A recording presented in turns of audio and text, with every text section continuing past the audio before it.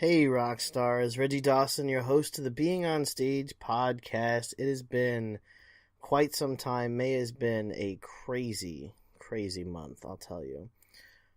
Well, you can tell by the title of this that we're talking about stepping back, taking a break, changing course, all that good stuff. And I wanna kind of unload a little bit about what's been going on with me and kind of, I guess, share some personal stuff in a way. Not really stuff I typically talk about on this podcast because this is all about performing on stage and, connecting with your audience and building up your fan base and everything like that. And I truly, truly love helping performers do all three of those things. That's my life's goal, if you will. So, about a month ago, this podcast migrated to the 2.0 version of my hosting platform. For those of you that are not familiar with podcasting, there's a website hosting platform, and then there's a podcast hosting platform. My podcast hosting platform upgraded me, which you would think is fantastic and wonderful. It really was. I mean, the dashboard, everything I get to see is great and everything. But it also kind of hit pretty hard that, and this is like raw honesty here, folks. I may not even edit this episode.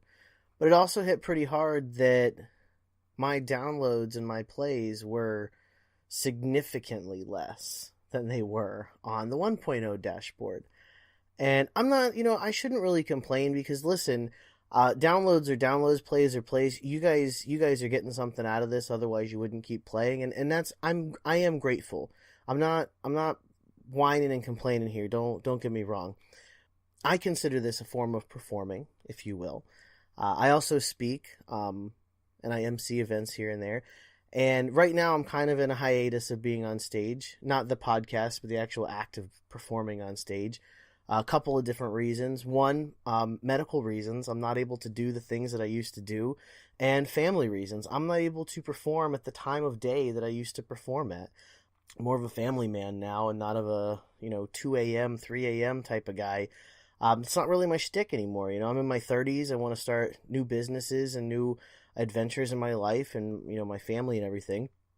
But I'll tell you, having this hit me so hard this last month that, when I say significantly lower downloads and plays, I mean like I was approaching 10,000 total, which is not really a lot considering I've been doing this a year and a half, and I got cut down to under 4,000, and it burned. I sent them an email. I didn't understand it at all, and I still don't 100% understand it. So that hit me pretty hard. And, listen, I talk a big game, and I'll recognize that. I talk a big game about, getting back up on your feet and keep moving forward and doing it and going after your dreams. And listen, by no means have I considered giving up my dream of coaching performers. But, seeing that happen, it's kind of made me reevaluate where I'm going with being on stage and where this podcast is going. And I'm happy to say that I did make some decisions and everything, but it took that time of stepping back and kind of looking at it from the outside and seeing what it is compared to what I wanted it to be, and then what it really could be. And there's a couple of different directions I'm taking. One, I'm going to share all of those with you, but I just want to continue kind of going through the last month of what's been going on. So on top of that, I've shared this a couple episodes. I have another side business that I've really been working to get off the ground. It's all about beard care. My products came in early. I ended up getting an earlier launch date than I anticipated. I don't know if any of you have ever launched anything as far as like a business or anything. It's only a local thing. It's nothing national. I'm not selling on Amazon, anything like that. Like I'm doing pop-up shops type of stuff. And it came a lot faster than I originally thought it was going to be. I thought my supplier was going to take a little longer. I thought shipping times were going to be longer. I had my products in 3 days, which was like a month sooner than I thought I was going to have them. And it sped everything up. And so, I got a little distracted by my side business, but I did need to take that time to step back and look at what being on stage has become and what the future of being on stage is going to be. And this podcast is usually about performing, but I'm updating you on me as well. So I've done a lot of evaluating of where I want this to go and what I want it to be. And I made some decisions. I listen to other podcasts myself. I listen to podcasts about motivation, inspiration, business, entrepreneurship, things like that. Other performing podcasts, which there are not many, but I do listen to some of them. And I decided that I wanted to take a lot more direct approach at attracting performers and helping performers, and really kind of putting myself out there as, hey, I'm not just this guy that sits behind this microphone, I coach you. But this time that I've taken, it's reminded me of a couple of things that happened when I was performing. There was a time in, now it must have been like 2010 or so. So we're talking 8 to 10 years ago. But there was a time when the trajectory of my performing career was headed down a dangerous and dark path. I mean, I was that person that got easily jealous. I was that person that I was jealous. Like, that's the best way to sum it up. It was insane jealousy of other people's success. And it's a poison, really. Jealousy is a poison to your own career. And I didn't know that at the time. And it took learning some hard lessons, but I was jealous to the point of I would make up things against other performers, and I would spread them around, and not often, and not a lot, but one particular thing I made up was the slam, I guess, of this group of performers, and it became like an inside joke between me and like 4 or 5 of other performers. And as it started to grow, when we started to share the joke with more people, it got shared with the group of performers that it was about. And what started as a group slam of 3 of us and 4 of us that put this together, it ended up resting solely on my shoulders. And truthfully, it was my fault. I'm the one that made it up. I'm the one that suggested that these group of performers are egotistical and overconfident, need to be taken down a few pegs, which they didn't need to be. They're amazing performers. They're amazing at what they do. And I fully 100% regret what I've done to them. But I made up some really bad stuff. And when I say really bad, I'm not talking like legal stuff. I'm not talking like people were in danger here.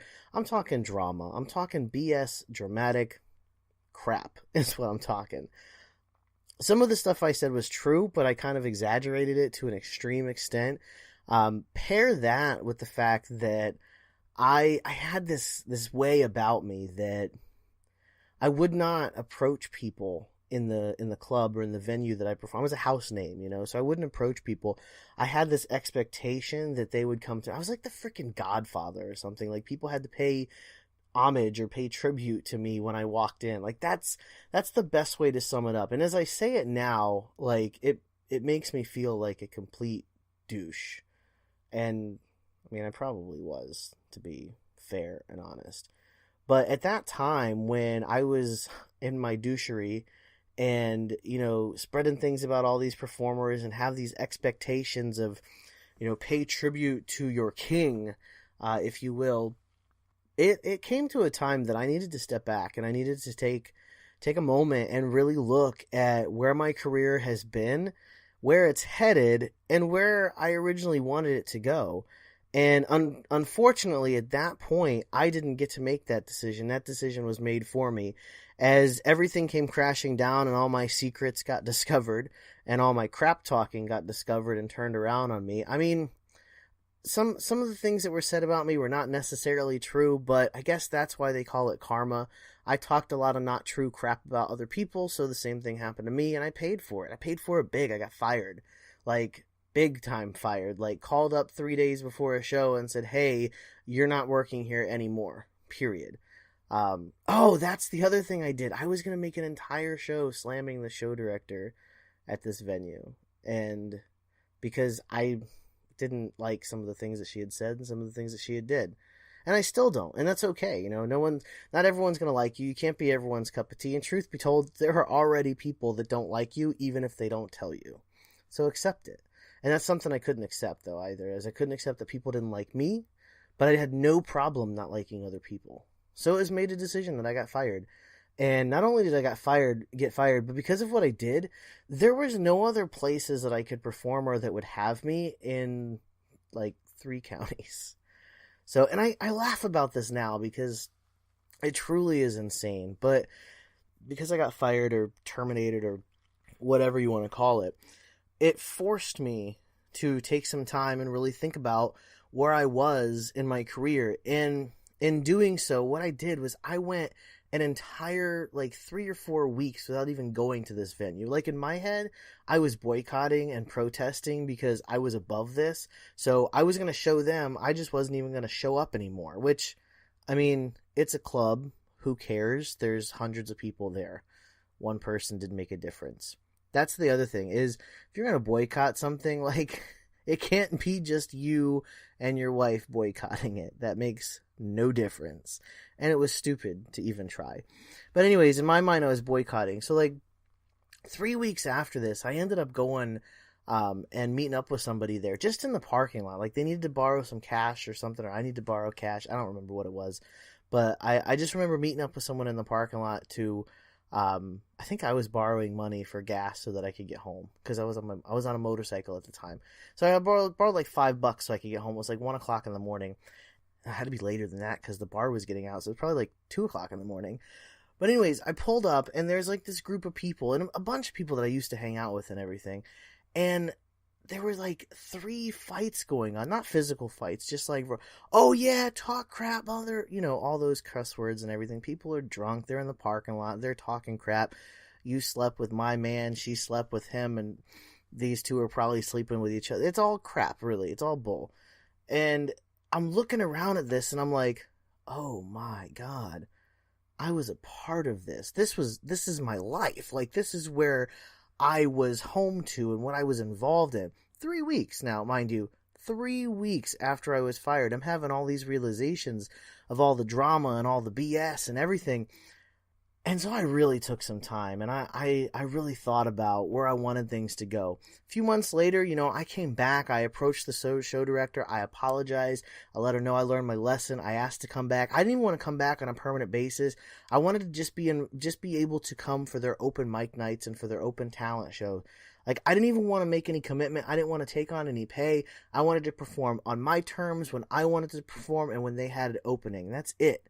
And I was allowed to do that. And for like 6 months, I performed 2 to 3 times a month with zero pay. Zero pay. Not because I didn't deserve it, not because I was crappy, not because they were punishing me, but because I made that choice. I made that choice to say, you know what, I'm going to do this because I love it. Not because I need the money, not because I need to get paid, not because I need to be famous, not because I need to be king and have everybody know who I am, but because I love putting my talent out there and sharing it with people. And so I performed for free. And I loved it. I did some of my best shows that year. God, I did some of the most amazing things, met some of the most amazing people. That was the year I was invited to Boston. That was the year that I was invited to Melbourne, Florida. That was the year I was invited down South Florida. Like, it was an incredible, incredible year for me, all because I took a moment, I stepped back, I reevaluated what I wanted to do, and then I came back and did it. And that's really what I'm doing here, guys. Like, if you've made it this far in the podcast, thanks, first of all, for listening to all my story. Second of all, I want to do the same thing with this podcast. I want to do the same thing with being on stage. I took some time away, and I'm not like 3 months away. I took a couple weeks away, and I've been really, really thinking about what I really wanted to accomplish with this podcast when I started it. And I can build out this membership site where you can come and watch videos about how to perform better on stage. And I could build out this amazing, video training course to send you. And you could join the Facebook group and we could share performances and I could help you. Or, and this is what I ultimately decided to do, or I can just tell you, hey, listen, go to beingonstage.com/calendar, select a time, and let's talk about what you want to work on for your performance, for your talent. Sky's the limit. You're stuck, don't know where to go. I'm here for you. You're trying to get started. I'm here for you. You got a show that you're just trying to figure out one little thing one little part that just isn't coming to you. I'm here for you. 100% no charge. This is me coming back, doing what I love, fulfilling the purpose that